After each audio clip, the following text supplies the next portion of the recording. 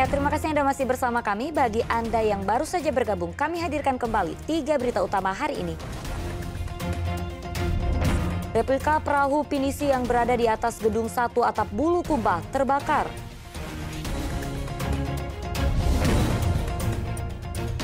Seorang cucu tega membacok kakeknya sendiri hingga tewas, diduga pelaku tersinggung pada korban.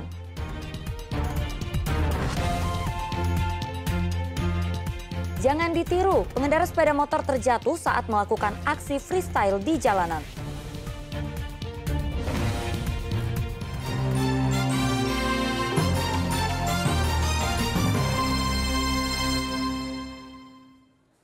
Aksi berbahaya dilakukan 2 orang remaja pengendara sepeda motor di Kota Makassar. Salah satu pengendara terjatuh saat melakukan freestyle dan viral di media sosial. Mau kelihatan sok jago, pengendara sepeda motor ini malah terjatuh. Dalam rekaman video ini, 2 remaja pengendara sepeda motor terlibat saling adu atraksi gaya bebas atau freestyle di jalan raya di kawasan Simpang 5 Bandara, Kecamatan Biringkanaya, Kota Makassar. Kedua remaja ini beraksi dengan mengangkat ban depan, lalu berkendara secara zigzag. Aksi berbahaya ini sengaja dilakukan hanya demi sebuah konten di sosial media. Tak lama kemudian, salah satu pengendara terjatuh. Beruntung, kondisi jalanan tidak terlalu ramai hingga tidak terjadi hal yang tidak diinginkan. Pasalnya, lokasi tersebut merupakan akses keluar masuk kendaraan jalur Trans Sulawesi. Aksi ini pun membahayakan sang pengendara dan pengguna jalan lain. Sebenarnya mereka itu kalau dilihat dari caranya mengendara sangat mengganggu pengguna kendaraan lain. Karena bisa saja bisa terjadinya tabrakan atau bisa terjadinya senggol dengan berakibatkan laka lantas. Artinya sangat membahayakan ya Pak? Ya, sangat membahayakan kepada pengguna jalan lain dan kepada dirinya sendiri. Bapak kalau dilihat sendiri Pak, lokasinya itu di mana Pak? Ya, kalau dilihat dari gambarnya itu di persimpangan depan Pasar Mandai. Artinya di belakang ini ya Pak ya? Ya. Fenomena aksi freestyle ini kerap dilakukan oleh kalangan remaja yang masih berstatus pelajar yang tidak memahami pentingnya keselamatan berlalu lintas. Pengawasan dan edukasi dari orang tua sangatlah penting agar anak berkendara dengan aman dan tidak membahayakan dirinya sendiri maupun pengendara lainnya. Raisa Habu melaporkan dari Makassar. Aksi pencurian beras terjadi di sebuah toko kelontong di Kabupaten Maros. Pelaku berpura-pura menjadi pembeli lalu membawa kabur 1 karung beras.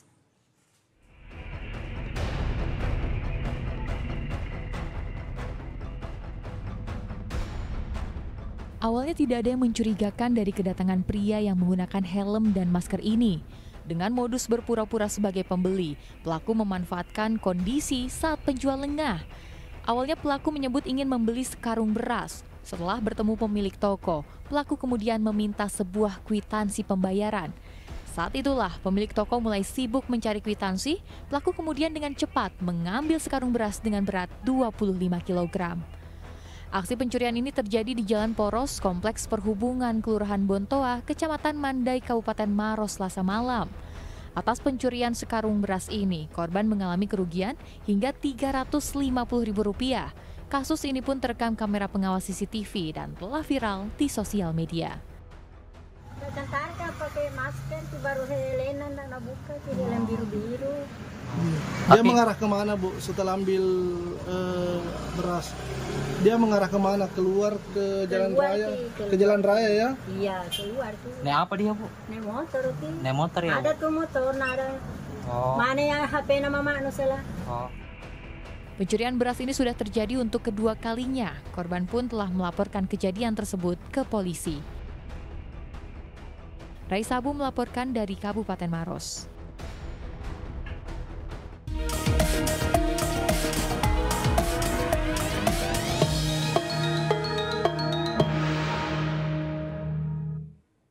Posko pemenangan pasangan bakal calon bupati dan wakil bupati Ahmad Jaya Baramuli dan Abdillah Natsir diserang oleh orang tidak dikenal. Kendaraan minibus yang terparkir di posko itu rusak terkena lemparan batu. Penrusakan mobil. pelemparan batu. Tahapan pilkada serentak baru saja dimulai, namun penyerangan posko pemenangan sudah terjadi.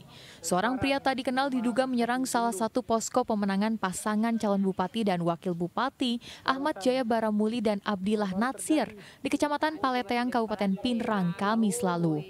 Kendaraan minibus yang diparkir di halaman posko tersebut rusak parah terkena lemparan batu. Serpihan kaca dan batu besar berserakan di parkiran posko pemenangan. Menurut saksi mata, sebelum melakukan pelemparan, terduga pelaku mondar-mandir di depan posko sambil membawa batu. Pelaku kemudian melakukan pelemparan sebanyak 3 kali. Setelah dia lempar, saya kejar. Kejar. Karena dia naik motor, saya jalan kaki. Nah, tidak sempat saya dapat itu. Ya, ciri-cirinya itu panjang rambutnya, berjenggot, pakai baju hitam, pakai topi tadi malam itu, Pak. Yang di belakang yang saya kentarai, ya tutup semua mukanya, Pak. Penyerangan posko itu diduga dampak dari orasi tim pemenangan saat deklarasi pasangan calon bupati dan wakil bupati di Kecamatan Paleteang pada 29 Agustus lalu. Ya, itu barangkali bahasa saya kemarin waktu di Palego itu ya ada bahasa saya di situ bilang pembohong, penipu, pembohong, kalasi.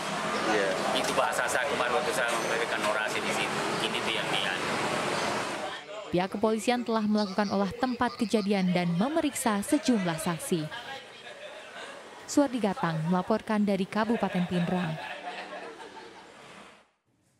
Ya, pemerintah Kabupaten Pinrang mengumpulkan camat, lurah, dan kepala desa se-Kabupaten Pinrang. Langkah itu dilakukan untuk menghindari adanya politik praktis dalam pelaksanaan Pilkada 2024.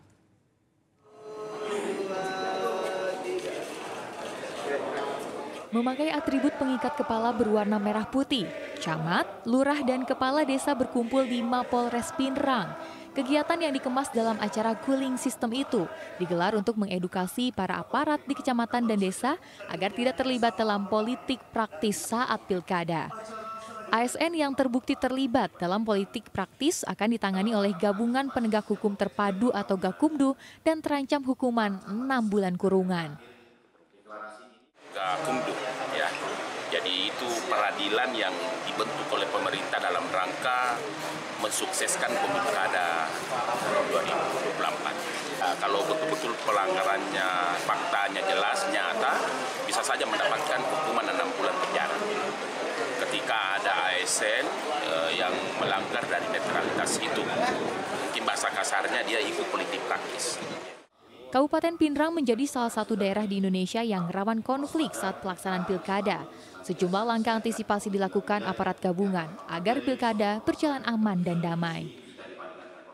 Polres sendiri menyiapkan seluruh personil ya tentunya, meskipun memang nanti pada pentahapannya juga telah disiapkan juga rumus-rumusnya untuk perkuatan personilnya. 450 personil dari Polres Pinrang sendiri siap dan tentunya itu nantinya akan melibatkan seluruh stakeholder terkait juga.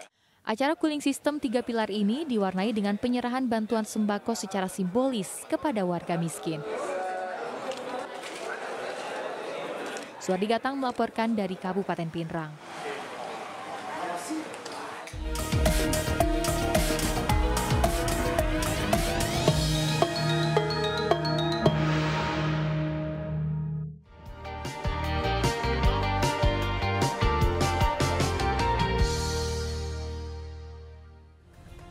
Ya, informasi tadi mengakhiri jumpa kita. Atas nama rekan yang bertugas, saya Auriga Agustina mengucapkan terima kasih atas kebersamaan Anda. Selamat beraktivitas dan sampai jumpa.